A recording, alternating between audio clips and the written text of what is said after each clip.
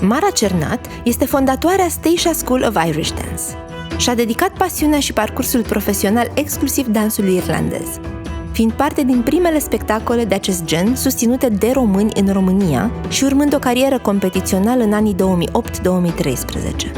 În 2014 promovează examenul de certificare TCRG, devenind primul și momentan unicul profesor din România certificat de Comisia de Dans Irlandez din Dublin, un titlu pe cât de râvnit, pe atât de greu de obținut.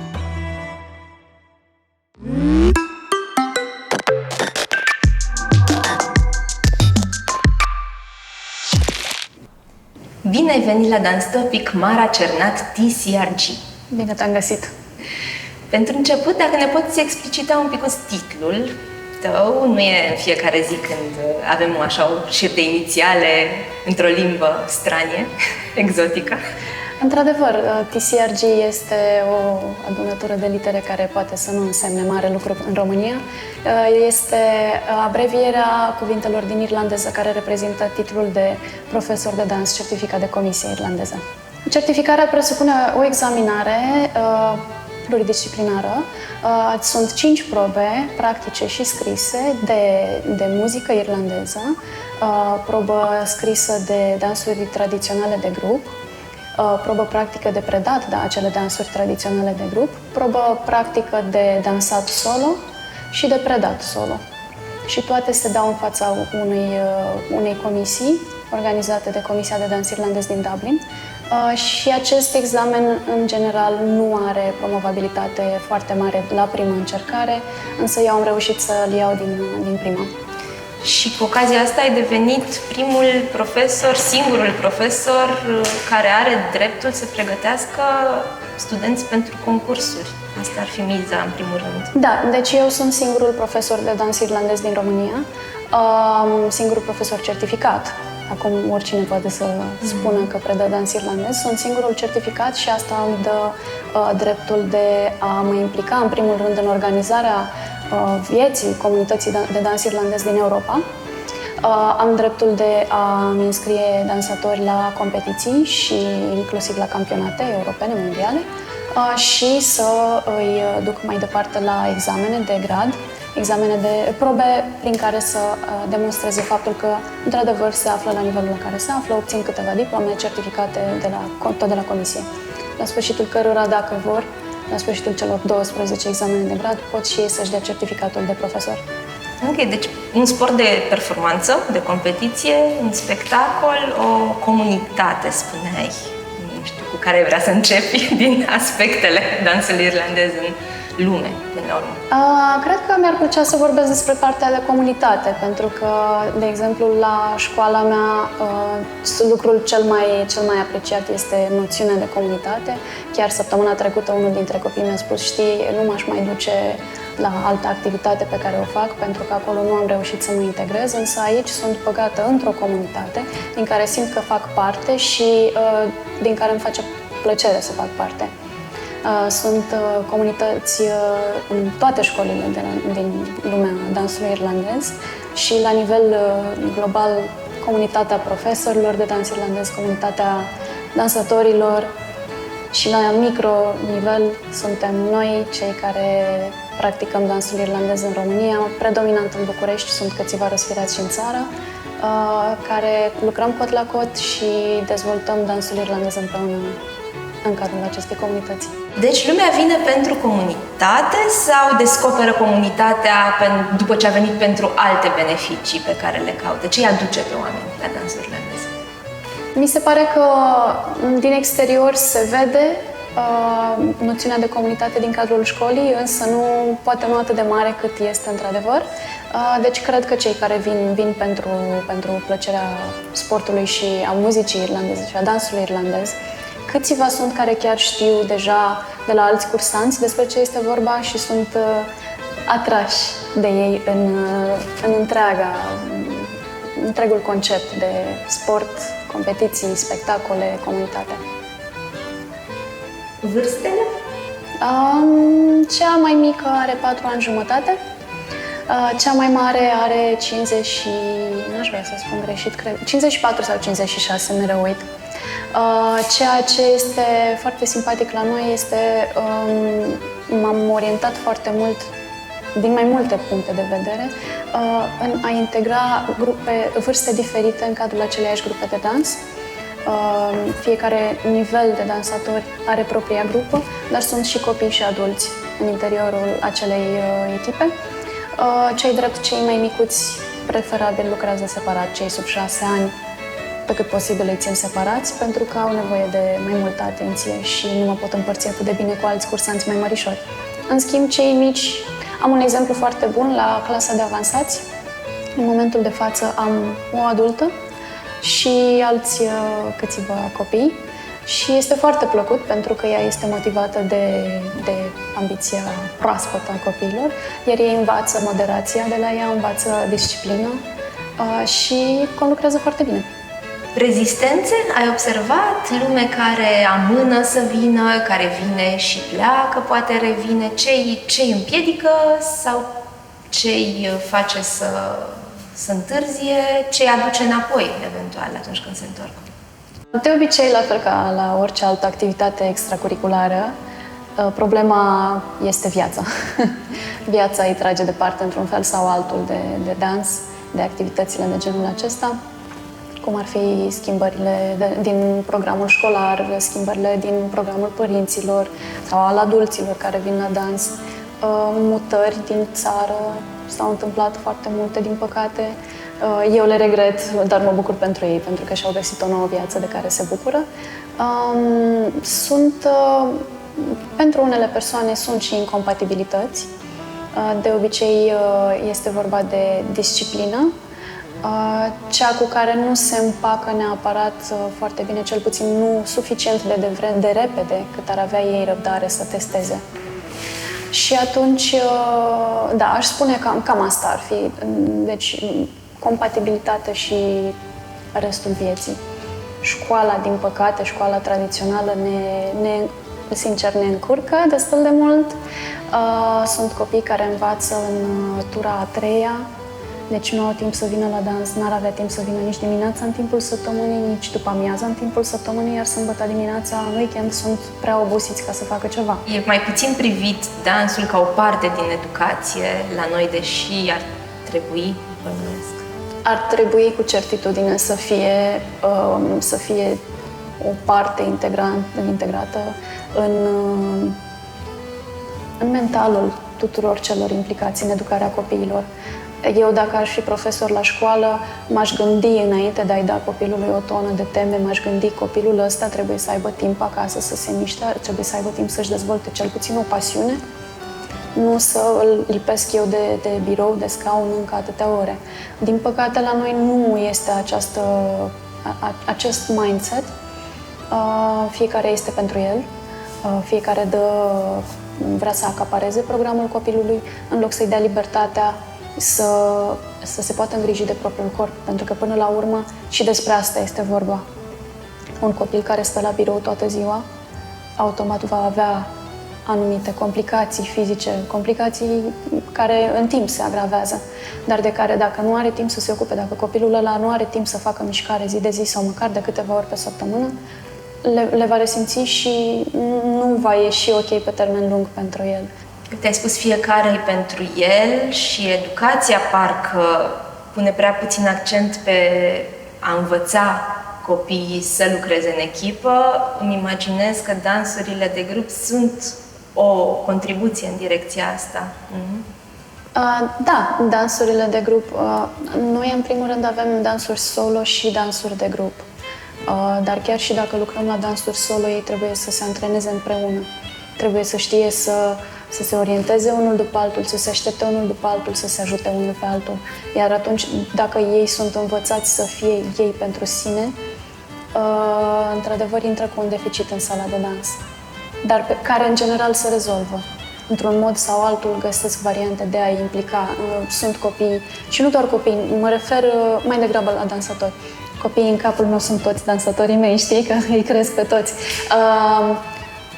Sunt persoane în sală, întotdeauna vor avea ceva în comun cu altcineva.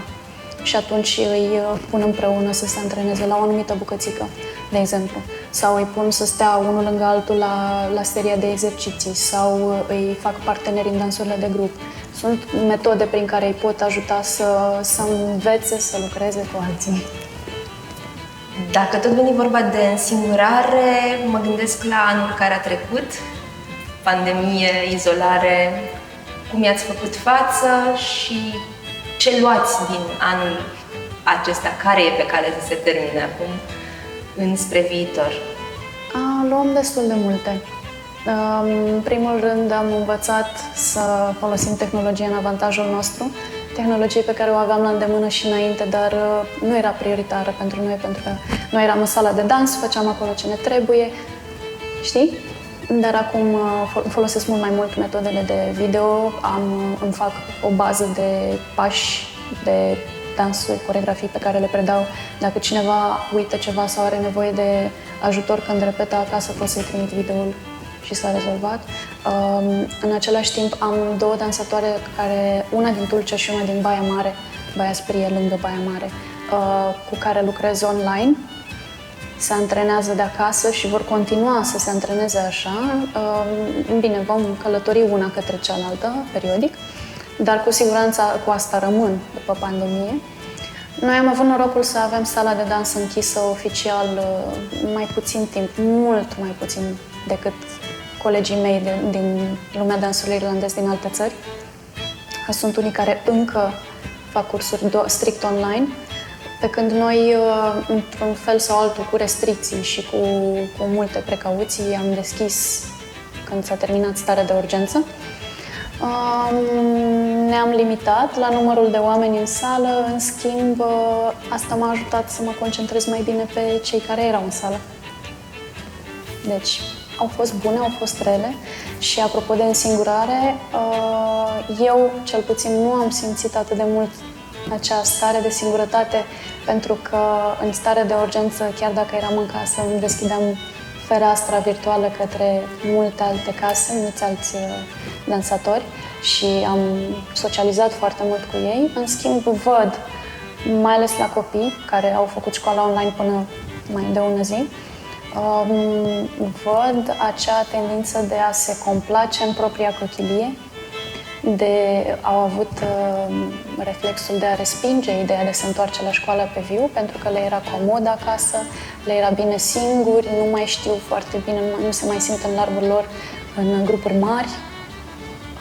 Și sper că totuși dansul i-a ajutat în privința asta, pentru că cât de cât, ok, noi n-am fost mulți deodată în sală, dar cât de cât au putut fi să vorbească pe viu și cu alte persoane decât cu propria familie.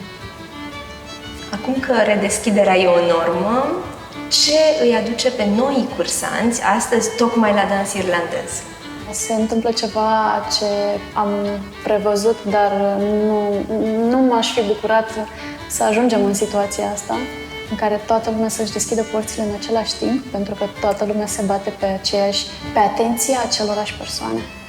Practic toate școlile de dans și de alte activități extracurriculare acum caută să-și acopere golul lăsat de pandemie. Cred că mai mult ca oricând va fi o bătălie pe atenția celor cărora ne adresăm. Și cred și sper că cei care vor veni la dans irlandez vor veni în primul rând pentru că, din experiența anterioară, cunosc pe cineva care deja face sau a făcut dans irlandez sau razant a interacționat cu noi ca școală. Poate vor fi, cum s-a întâmplat deja, vor fi cursanți din anii precedenți care, pentru un motiv sau altul, au luat o pauză și acum au găsit momentul oportun pentru a reîncepe. Iar din cei complet noi, eu cred că îi va atrage în continuare ideea de veselie pe care dansul irlandez o transmite. În primul și în primul rând, când te gândești la dans irlandez, te gândești la distracție, la petreceri, la vivacitate, la energie, practic. Și atunci sper că sunetele dansului irlandez îi vor aduce aproape de noi, în sala de dans. Există mituri despre dansul irlandez? Da, întotdeauna există mituri despre orice. Un mit foarte răspândit în comunitatea mondială a dansului irlandez, dar care la noi nu a ajuns neapărat, este din cauza că trupa Riverdance nu a ajuns la noi, dar se întâmplă foarte mult ca dansul irlandez să fie denumit în mod eronat Riverdance. Deci, faci Riverdance. La noi n-a ajuns chestia asta pentru că, din păcate, nu am fost pe harta de turneu a trupei Riverdance. În schimb, mi se spune că facem step. Ceea ce nu e adevărat. Irish dancing se numește Irish step dancing, dar nu pentru că facem step ca stepul american, ci pentru că facem pași. Noțiunea de pași în dansul irlandez presupune că dansăm 8 măsuri pe piciorul drept și apoi punem oglindă, îi dansăm și pe piciorul stâng. Aceia sunt acei steps. Deci asta ar fi o dată. A doua oară ar fi că toți bem ceva magic să ne facă să ne sincronizăm la spectacole. Nu este adevărat, dar asta mă distrează întotdeauna, pentru că tuturor li se pare ceva fenomenal că ne putem sincroniza la secundă. Am avut chiar filmări la care echipa de filmare nu știa exact la ce să se aștepte în privința noastră și a spus că poate ar fi bine să vă filmăm mai puțin deodată sau separat și vă punem noi la editare împreună, că trebuie să vă sincronizați. Și eu mă gândeam, ok, nu ne-ai văzut, nu știi ce facem. Și nu știu, alte mituri, poate tu ai mai auzit. Eu sunt atât de mult băgată în realitatea dansului irlandez, încât deja dacă mai trec pe la ureche, le las să treacă, știi? Nu știu, de exemplu, că este doar pentru persoane cu o anumită formă fizică sau cu o anumită vârstă sau ceva de genul, nu știu, te-ai confruntat cu așa ceva și cum le-ai depășit, cum le-au depășit oamenii? Ai dreptate, așa este. Multă lume crede că este un sport al copiilor, că este un sport al fetelor slabe sau un sport doar pentru fete. Dansează și băieții. Este doar o coincidență faptul că eu, cea care reprezint dansul irlandez, sunt slabă, aș fi putut bine mersi să am altă constituție, aș fi putut bine mersi să am altă vârstă. Felul în care contrabalansăm această idee în ochii publicului este că prin spectacolele noastre, care sper să fie din ce în ce mai multe în curând, includ pe scenă în același timp și copii și adulți care, din construcția coreografiei, arată că pot să facă aceleași lucruri la fel de bine și pot să le facă împreună. Sport sau artă? Este o dezbatere foarte amplă pe această temă, inclusiv între profesorii și arbitrii de dans irlandez. Din punctul meu de vedere, suntem sport pentru că transpirăm, facem mișcare fizică, care are efecte asupra corpului, da? Și avem competiții reglementate, avem arbitrii, deci clar suntem sport. Pe de altă parte, suntem și artă. Nu suntem 100% reglementați. Există, cel puțin pe partea de spectacol, există foarte multă libertate de exprimare prin coreografii originale. Noțiunea de a face mișcare pe muzică te trimite cu gândul la artă. Suntem undeva la mijloc, știi? Eu, în general, într-adevăr, mă refer la el mai mult ca la sport, pentru că vreau să atrag lumea către mișcare fizică, mai ales după un an jumate de pandemie sau cât a trecut, nici nu știu, în care, efectiv, lumea a stat pe scaun.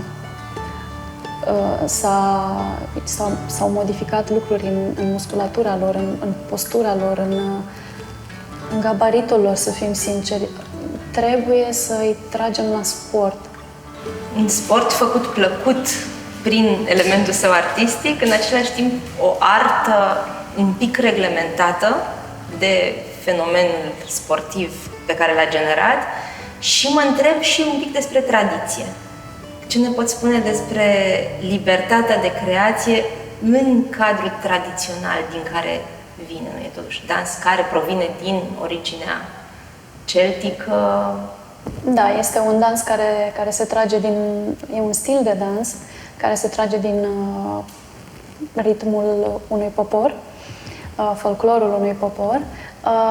Frumusețea dansului irlandez este că s-a rupt în atâtea subramuri încât noi, la nivelul la care îl facem, acesta se numește dans irlandez modern, care evoluează încă, împrumută și adaptează mișcări din alte stiluri de dans pe care le irlandezim. Avem libertate de creație pentru că sunt secțiuni de coreografie de spectacol și de competiție unde, într-adevăr, folosind mișcările tradiționale combinate cu cele puțin mai moderne, creăm ceva nou. Dar avem și o secțiune, chiar sunt 7 dansuri tradiționale care au doar vreo 2-3 variațiuni pentru întreaga lume. Viteza muzicii este aceeași, melodia este aceeași și acelea, într-adevăr, se păstrează așa și le executăm așa. Creația constă atunci în felul de a interpreta muzica cât mai plăcut. Spuneai că irlandezim elemente din alte stiluri de dans. În ce fel se întâmplă asta? Sunt juxtapuneri, sunt îmbinări, sunt împrumuturi? Cum se întâmplă din experiența ta? Avem elemente de dans împrumutate, asemănătoare, adaptate dansului irlandez din balet. Iar acum, cu era TikTok, sunt foarte multe videoclipuri foarte bune cu campioni mondiali și oameni de spectacol în aria dansului irlandez, care împrumută mișcări din street dance, le adaptează pe coreografii de hard shoes. Și cel mai simpatic exemplu pe care îl pot da eu mai din trecut ar fi, nu mai știu exact cum se cheamă, dar este un videoclip cu Charlie Chaplin dansând, în care face niște mișcări din glezne.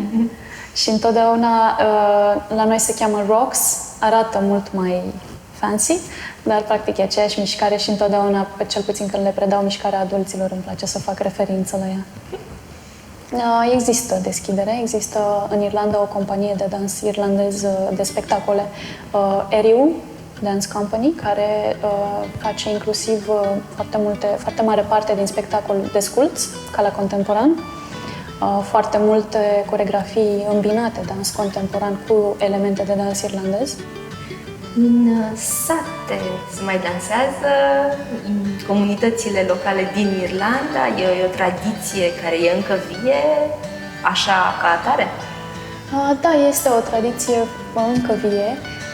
Sunt foarte multe festivaluri pe care le organizează ei. În schimb, cei de acolo din sate nu practică același dans irlandez modern competițional pe care îl cam practicăm noi, ci mai degrabă ceea ce se cheamă set dancing.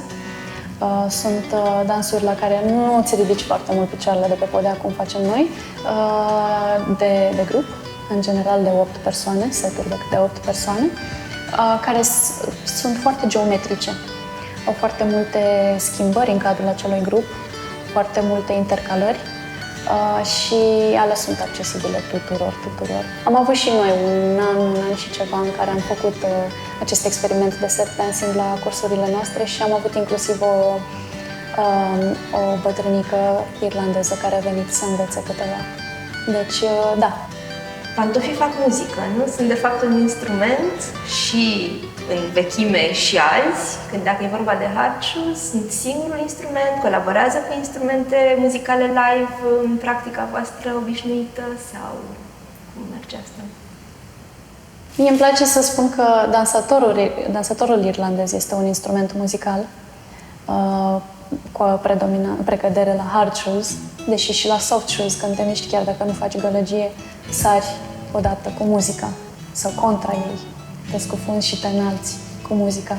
La hard shoes, unde este până și cel mai puțin cunoscător om îți va auzi muzica pe care o creezi, colaborezi foarte mult cu fondul sonor pe care ești, ai cadențele pe care trebuie să le urmărești și pe care trebuie să le creezi. La competiții chiar avem muzicieni live,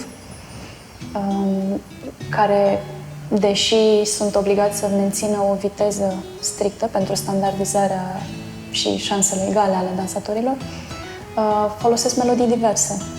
Și atunci, de exemplu, dacă dansatorul dansează pe o melodie, poate fi fad, poate fi corect, dar poate fi fad, dar dacă, de exemplu, are noroc la competiția aia să cânte melodia lui preferată, va face, va da tot ce poate, va face exact muzica pe care știe să o facă.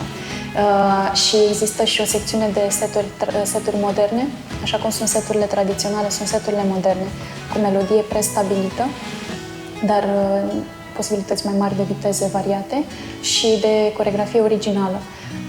Iar acea coreografie originală trebuie să ilustreze întru totul melodia și preferabil și istoricul melodiei. De exemplu, este o melodie care se referă la cursele de cai din Kilkenny și în mod istoric